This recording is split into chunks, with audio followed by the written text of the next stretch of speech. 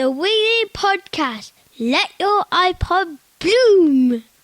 Welcome, listener, to podcast 35. I'm Heather from Wiggly Wigglers, and this week I'm sat on the Wiggly armchair instead of the sofa because there's just me. Richard's on holiday and every other team member of Wiggly Wigglers is setting up our garden at Gardener's World Live. Now you must come and see it. I think it's going to be corking. Now you know how most gardens are shades of shade or reflections in a lawn. Well, our garden is something different. It's called Dave's. Dave's garden is a lawn, and it's a lawn where he plays football with his kids. He's married to Sharon, there's a washing line on there, all his football kit is out, but he has created his own little piece of Herefordshire countryside right next to the lawn, and it's absolutely packed with wildflowers. And he's put out his camp bed, an old green camp bed. He's got his tinnies, he's got his iPod to listen to the World Cup report, and he's lying back on the bed watching the world go by. He's got wild strawberries to pick at whenever he fancies a little snack. You know, it'd be nice if he had Pimm's, but he's got, what's it called? Carlsberg or whatever's sponsoring the World Cup. And he's also got, and this is my favourite bit, a barley meadow. And in the barley meadow, habitat's provided for voles and mice because Dave's got local owls. So there he is in his oasis in the middle of the NEC. Come down and see it because this is the second ever Wiggly Wigglers show garden proper. Now, will we be up for a gold? Will the RHS judges get it? Or is it just a crummy garden? I don't think it is. I really don't. Come down to the NEC. The show runs between Wednesday and Sunday, and we need to finish our garden by tonight, that's Monday, because the judges are coming tomorrow. See you there.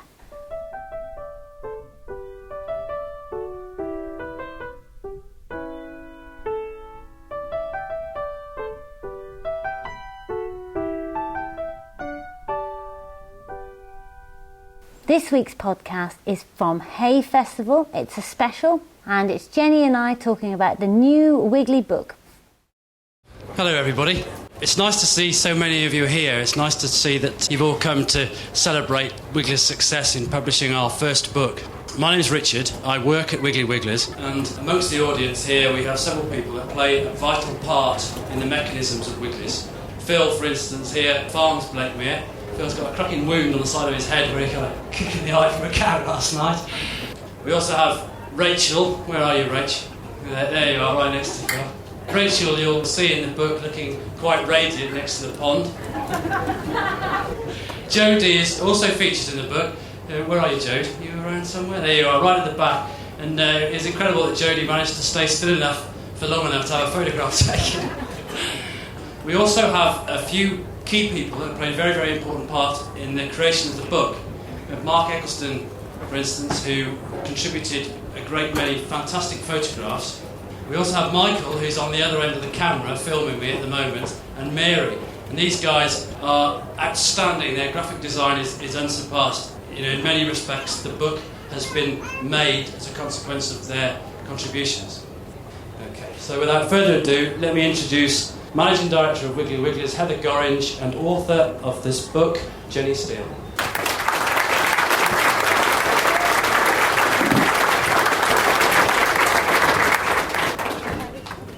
There you go. Okay, ensconced we are. The first question I wanted to ask you, Heather, is why did you call Wiggly Wigglers Wiggly Wigglers? Why did you ask me that, Richard? Yeah. I sometimes wonder why they call the company Wiggly Wigglers, especially when I go into the bookshop on the festival ground and find out that all our books are in the children's section. I think originally it was because I initially started worm composting, and Wigglers is the American word for worm. And I went to the patent office and I said, I'd like to call my business Wigglers. And they said, oh, I'm very sorry, madam, you can't do that. That's a descriptive word. You must call it something Wigglers. Well, what else Wigglers could there be but Wiggly Wigglers? So it's memorable. The VAT man remembers it as well as anybody else. Is that such a good thing? I'm not sure. The garden here that you guys built the week before last, when in the torrential rain, and you were absolutely plastered in mud, weren't you? But it's come out really well. It looks fantastic now. What's your favourite bit of the garden here? I love the barley because I just think that's so cool, an alternative to a bedding plant that's not lobelia or whatever. Yeah. But my favourite bit is definitely the Wildflower Meadow. It is fantastic, isn't it, the way it sort of breaks up the lawn. You've got swathes of meadow. And there's an interesting extract in this book that I'd like to read, that Jen has written, and the paragraph's called Making the Meadow. And it starts, a certain amount of preparation is necessary if a wildflower meadow is to be really successful. Wildflowers growing in grassy places will always look amazing and attract huge quantities of wildlife. Just imagine field scabious and knapweed on a grassy roadside. But a truly diverse meadow area with lots of plant species in every square metre is harder to create. Indeed, we cannot make a wildflower meadow, we can only recreate an approximation of this wonderful habitat. In the wild, meadows have evolved over many hundreds of years, with annual intervention by man and beast, hay cropping, grazing and poaching by the animals' hooves. Having said that, a garden meadow is such a wonderful place that Heather and the team were determined to make this area in their garden very special indeed. And to put that into context, Jen is referring to the beginning of the book, in fact the feature throughout the book, whereby we're talking about the creation of the garden at Blakemere. I wanted to ask you two, because you joined forces, you got together to write this book, but you have quite different backgrounds, don't you? I think in many ways Heather and I are quite similar. In other ways, we're extremely different, and between us, we probably make up one useful person. Heather is very interested in, as she calls it, the wow factor of that garden, just right. Something that hits you as soon as you walk in, right. Whereas I will be there with a hand lens looking at a little bug that's a quarter of an inch long or whatever. So I'm very interested in the details of what I do. And our backgrounds are extremely different in the sort of academic sense, in that Heather, I think, initially was doing a design course, I think. But I'm a plant ecologist, so right. My academic background is one where I studied and did a lot of research on interactions between plants and animals, right, which has given me a fantastic background for what I now do, which Absolutely. is just writing about wildlife gardening. Yeah, so you are well placed to be able to judge whether or not a garden is in fact a wildlife garden. I think any garden is a wildlife garden up to a point. Yeah. It's just a question of how much effort you put in to make it a really good wildlife garden. Yeah. So by contrast, Heather, how did you start off? I mean, how did you start in life? In my whole life? Yeah, in your whole life. Wigglers? Yeah, in the beginning, the original, before Wiggly's. So going back before Wiggly's was... art and design, really. And then the idea always was that I would be my own boss. Right. And that was absolutely within me. My father was his own boss. And I think his father before him was his own boss, if a poacher, gamekeeper kind of boss. This is actually something we've got completely in common. And I think it's given both of us a very similar outlook on our work. Yeah. Absolutely. So I think we've all got something in common, haven't we? Your dad used to like fishing and your father used to like fishing, and I'm passionate about fishing, even though you two don't actually like fishing. But do you think, those hours on the riverbank gave you a kind of sense of observation, a sense of being able to observe in detail the things that existed around you? No, I was bored. But I did spend a lot of time just dreaming about what could happen and what couldn't happen, but I really find it difficult to see detail. Right. And I'm not interested in detail, but the idea of going out into the garden and just seeing this amazing just swath of flowers is what interests me. Right. But I certainly dreamt a lot while I was following my dad fishing. But it was different for you, wasn't it? Yes, it was. I mean, to a certain extent, fishing was my father's profession. Right. He had a fishing tackle shop, and so I spent most weekends either sitting on a riverbank waiting for something to be caught, or travelling around Oxfordshire, my home county, because he would have to do a river report for our local paper once a week, which involved standing on a bridge. Yes, there's water, it's running this fast and it's dirty or it's clean. I mean, that seemed boring, I have to say, but it did give me an opportunity to get really interested in just natural history in general, and particularly in birds. I'm a very keen bird watcher, and I learnt all my wildflowers just sort of sitting and mooching about, waiting for something to happen, really. Yeah, fantastic. But we also have worms in common, you realise. Oh, right. How's that? Well, you fish with worms. Oh, I see. Yeah. I was way behind you then. Yeah. That was Absolutely. actually the way that I started, because my dad was a very keen fisherman, and the idea originally was, could I actually breed worms for fishing Right. and then produce worm cast out of sheep manure? So that was the start of it. Certainly. When you came together to do this book, what was your aim, Heather? What sort of message did you try and get across? So I think there's 12.5% of UK land is actually garden. Right. Can you imagine the difference that we could make if we actually took time to turn that into a wildlife haven? Yeah. So my aim is really to change 12.5% of the UK Right. into more wildlife-friendly gardens. Okay. It's not a very high aim. No, not at all. No, that's significant. What about you, Jenny? Well, What, again, I think this shows a real contrast between Heather and I, because I feel if I can give one person more of a feel for what a wildlife garden is and how exciting it can be, I feel I've really achieved something. So there's Heather tackling it from the top, and I'm just chipping away at the bottom there. And I'm very, very, very keen on encouraging children in gardens. I had my own little garden when I was about 5, and I think it's an incredibly good way of children learning about wildlife, learning about the environment, and learning about growing food too, Right. which is really, really important. Yeah, absolutely. And in many respects, this is a book that is appropriate for children, and yet it's very much something that an adult can get his or her teeth in as well, isn't it? Definitely. Going back to Wiggly's, the beginnings, were there time? It was difficult at the beginning, wasn't it? I remember you telling me a story where you had a whole load of worms and chicken muck on your kitchen table, and you were kind of sorting through the worms and whatnot, and you were all covered in head to toe in manure or something, and Phil came in, and he said, "Are you sure you know what you're doing?" And you kind of burst into tears. Obviously things weren't easy to begin with, were they? No, I do remember once I went to the accountant, and he sat there and he said, "Heather, I'm going to explain to you how business works." And I said, "Oh, well, that'd be lovely, that'd be very good." And he said, "Right, now sit down." I sat down and he said, "Now, at the beginning of the year you had this much money, and you've spent this much money, and at the end of the year you have this much money." I said, yes, I can see that. He said, "Now, it's time to give up." And I said, right. And he said, "It's time to give up and just stop. Otherwise, it's just not going to work out." And obviously, you've got your dream, and you're there in front of the accountant expecting him to give you the results and come up with ways of improving it, not tell you to stop. And so I was very upset about it, and I looked at him for ages, and I just looked at him, and I realised that he'd got a teddy bear tie on. All over his tie were teddy bears. And I thought, I can't take any notice of you. You've got a teddy bear tie on. And so we sacked him and moved on. And it all turned out okay. In the book, you make reference to some of your Wiggly moments, some of the funniest moments, some of the moments that you've enjoyed the most. Is there a moment that hasn't been mentioned in the book? Was there a time where you thought that you might have to pack it all in?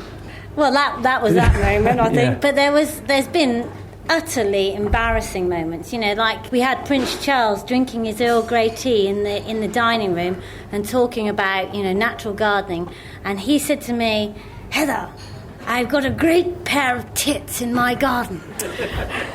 And I said, "Have you really, sir?" And there was the other time that we were invited to exhibit at the Houses of Parliament. Oh, we were so excited. Oh, this was a wonderful opportunity for Wiggly Wigglers to go there. But we weren't allowed to deliver our own worm composting kit.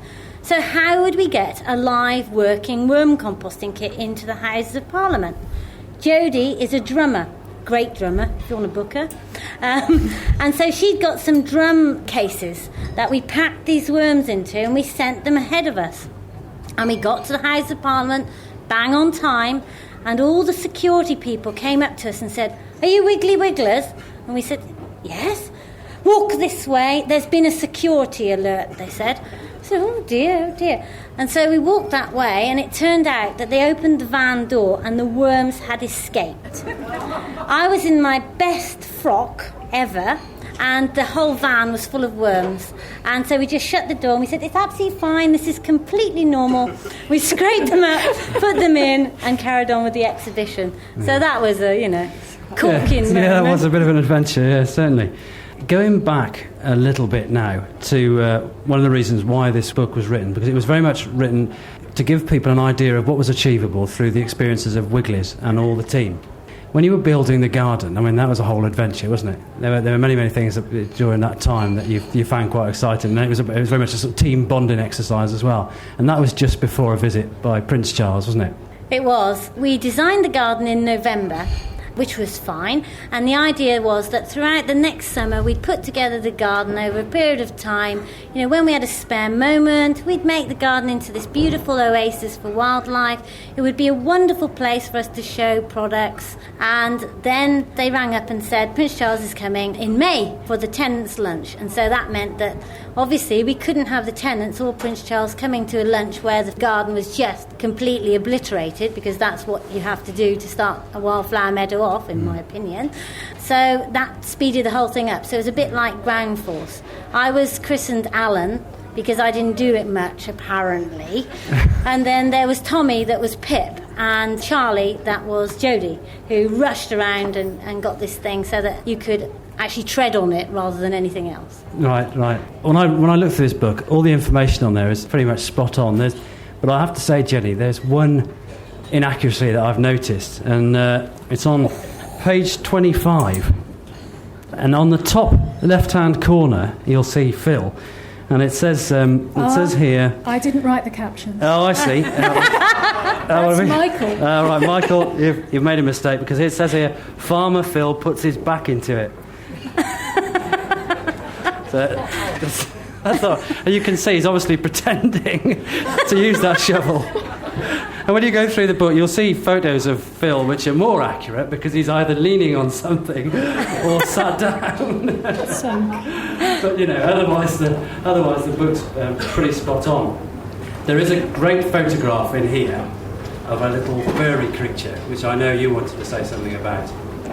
Well, I think moles get a really hard time, and for farmers it's really difficult dealing with moles because soil gets into the silage and that causes all sorts of problems.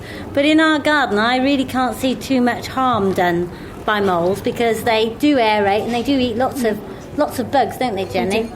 So I just wanted to read out the first paragraph of the mole page, because the mole turns out to be a feature creature, which in a wildlife book is a fairly brave move, I think, because it would be easy to choose a butterfly, wouldn't it, or something beautiful, but a mole makes it. And Jenny says, the majority of gardeners despise the mole for the disruption it causes to lawns and flower beds, but a closer look at this beautiful little creature might well make them change their minds.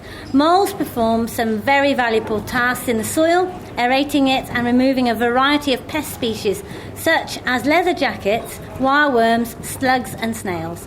On the less positive side, they do consume a huge number of earthworms, which make up about 50% of their diet and are their staple food source. However, generally, a garden can cope with this loss, as earthworms quickly reproduce to maintain their numbers. And I can certainly vouch for, if you give an earthworm good soil, it will certainly reproduce its numbers in a short period of time.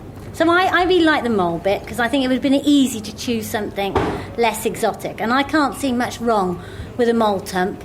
All you do is kick it, in my experience, and it spreads the soil out and you won't even know. Absolutely. Jenny, I appreciate you've written several books geared around natural history previously. I mean, was there anything difficult that you found about writing this book, other than working with Heather? Pinning Heather down, you mean, yeah. So to speak. No, nothing difficult at all. I am used to just writing on my own. This is the first book that I've ever written with other people. But that was actually a really nice experience, because it gave me an opportunity to, well, firstly to get all the staff from Wiggly Wigglers to tell me what they liked about the garden and how they'd like it to be maybe different in the future, and things that they'd seen and so on. And that in itself just indicated how incredibly important this garden had been for all the Wiggly Wigglers staff. And I very much enjoyed reading the things that they sent to me. Some of them weren't printable. I wasn't really able to put those into the book. Yeah. But the majority of things were just wonderful. And I could see how much joy this garden had brought to everybody. Apart from that, working with professionals, I mean, and I would like to say thank you to Michael for the amazing job that he's done on the on the design of the book, and working with Michael was just great. There are some stunning photographs in here from various contributors who I mentioned earlier on. John Harding as well, who I've got. Is John here in the audience? There he is. Yeah, and, John came on a podcast with us a couple of weeks ago, didn't he? And brought some stunning photographs of a petrel and a cuckoo. Yeah.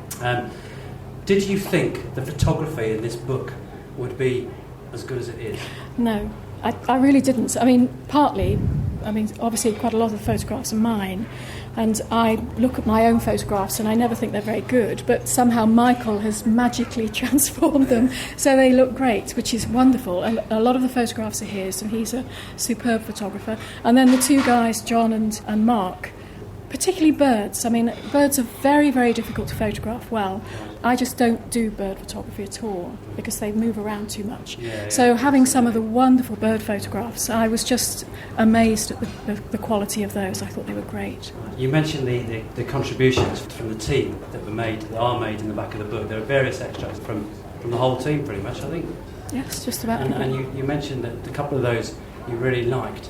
I just wondered if you would like to read one of those out. Yeah, sure. For those of you that don't know, Heather and Phil have a son, Monty, who is 8, or is he 9? He's 9 now. I mean, this is just the end of his little piece, which I just identify with and absolutely love it.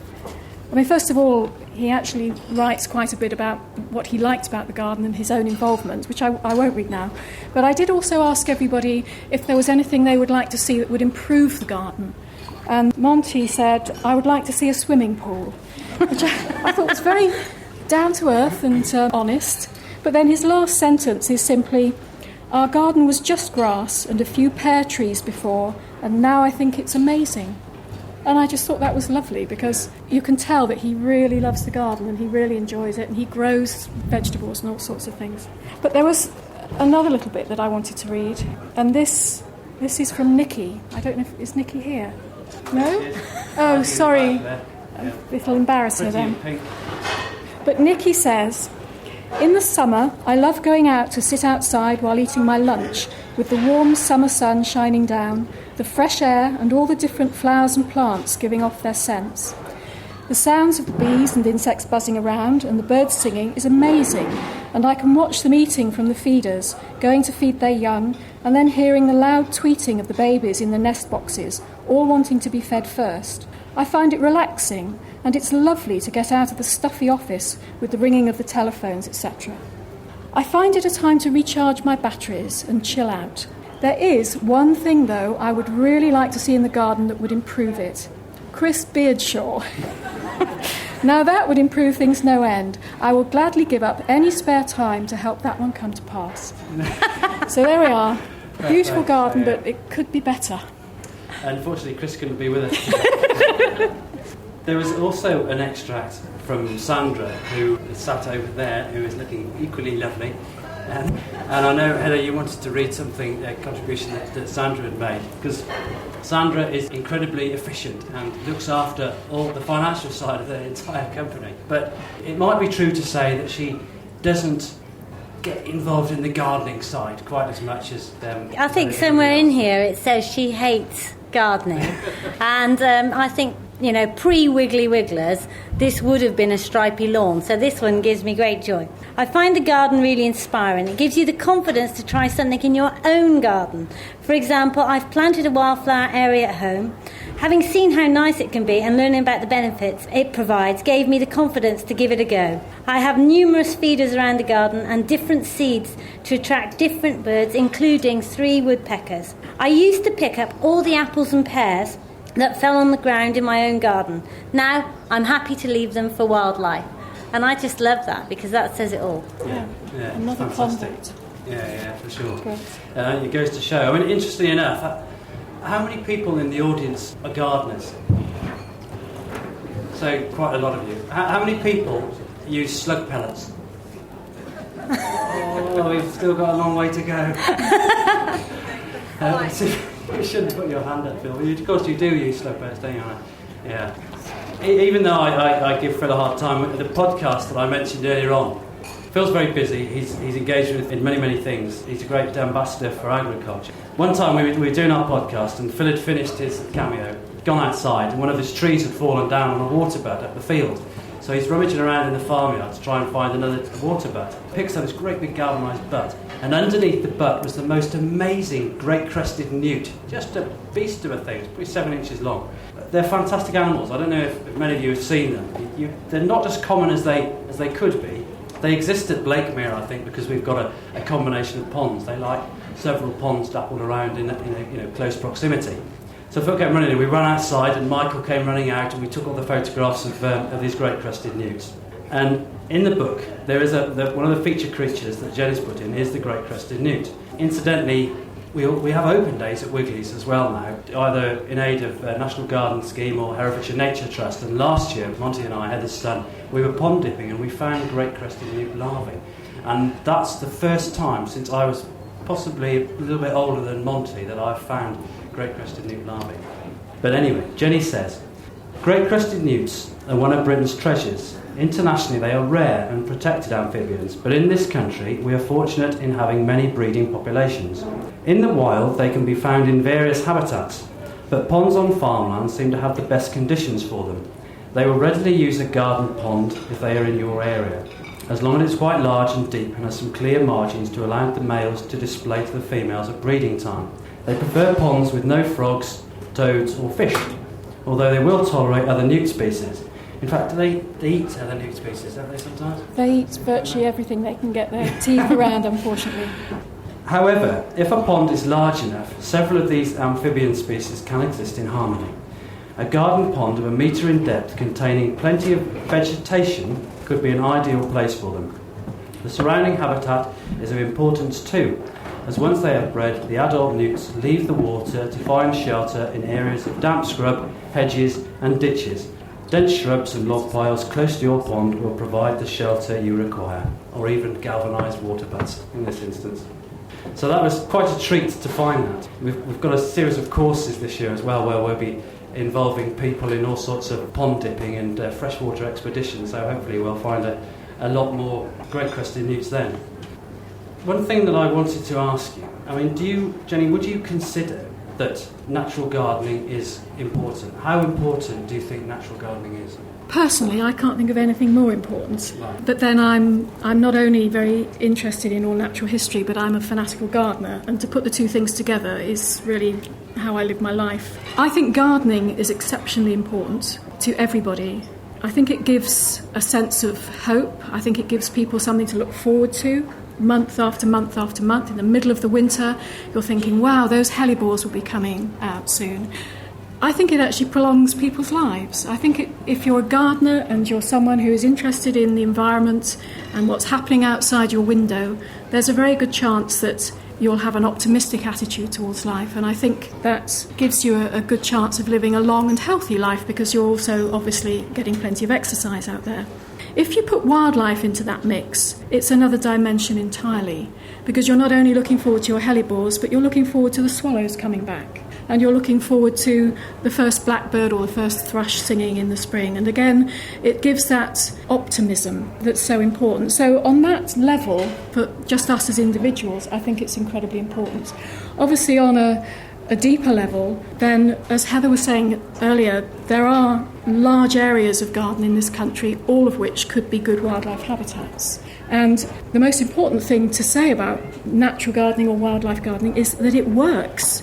It really does work, and the garden at Wiggly Wigglers shows that. If you get a chance to go to some of the RHS gardens now, they're getting very much into wildlife gardening and natural gardening, you'll see that you walk into a garden like this and it is absolutely buzzing with life. There are birds, there are bees, there are butterflies, there are all sorts of things just running around, flying about. It really does work. And hopefully one of the things that this book will do is not only take you through the journey that Wiggly Wigglers went while they were creating their garden, but it will also show you how to do it yourself.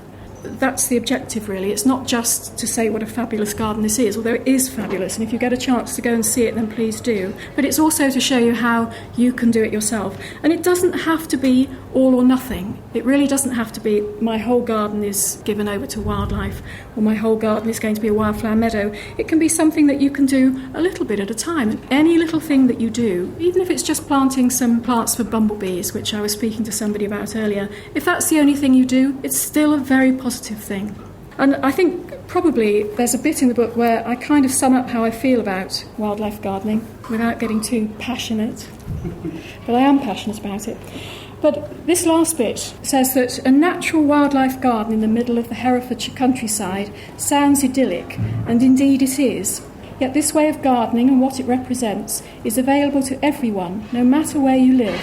Wildlife gardening is all about making choices, choosing to provide a safe, chemical-free habitat for your local wildlife, wherever and whatever that may be, where food and shelter are available all year round.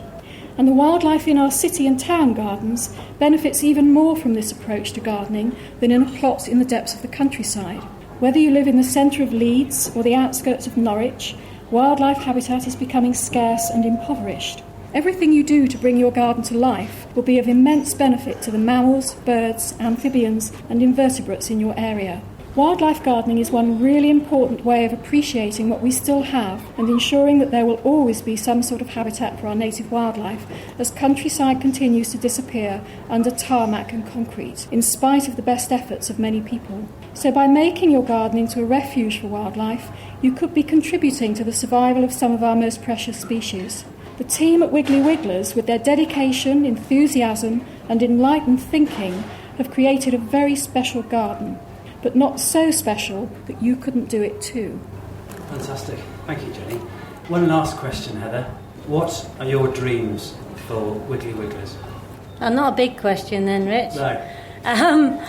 For me, the idea of gardening doesn't fill me with joy. Practically speaking, I'm not into gardening, but to me, it's like when you go out for a meal. You go out for a normal meal in a restaurant and you enjoy it. But when you go out for that meal and you find out the beef has been grown by farmer X and the veggies has been grown by farmer Y, and you understand what that meal's about, it tastes better. And it's exactly the same for me in the wildlife garden. I'm not interested in fashion, so we're into purple this year, are we? I'm interested in the fact that when I go out into that garden, I can see those bees nesting in those tubes, and Jenny will tell me what sort of butterflies there, and so it gives that wow factor. I'd like 12.5% of the UK land to feel that feeling, because it's just fabulous. Absolutely right. If you read this book, you will get a feeling that there's a great deal more to this book than natural gardening. The natural gardening is the theme, but there is, again, as I mentioned earlier on, the attention to detail is all important. And what I will say is thank you very much, both, for that. Cheers. Thank you.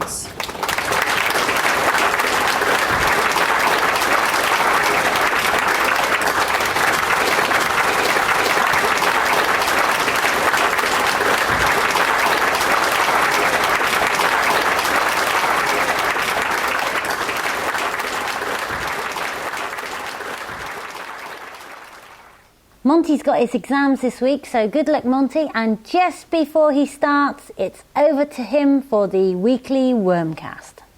The Wiggly Wormcast podcast by Monty, a weekly fact on worms. Research has shown that eating earthworms can reduce cholesterol. The basic essential oil of earthworms is omega-3. My mum has ate a worm. Yuck! Thank you, Monty, and thank you, listener, for tuning in once again. I hope you enjoyed that special from Hay. We'll be back to normal as humans as soon as the show season ends, and podcasts will be back to normal next week. See you then. Bye!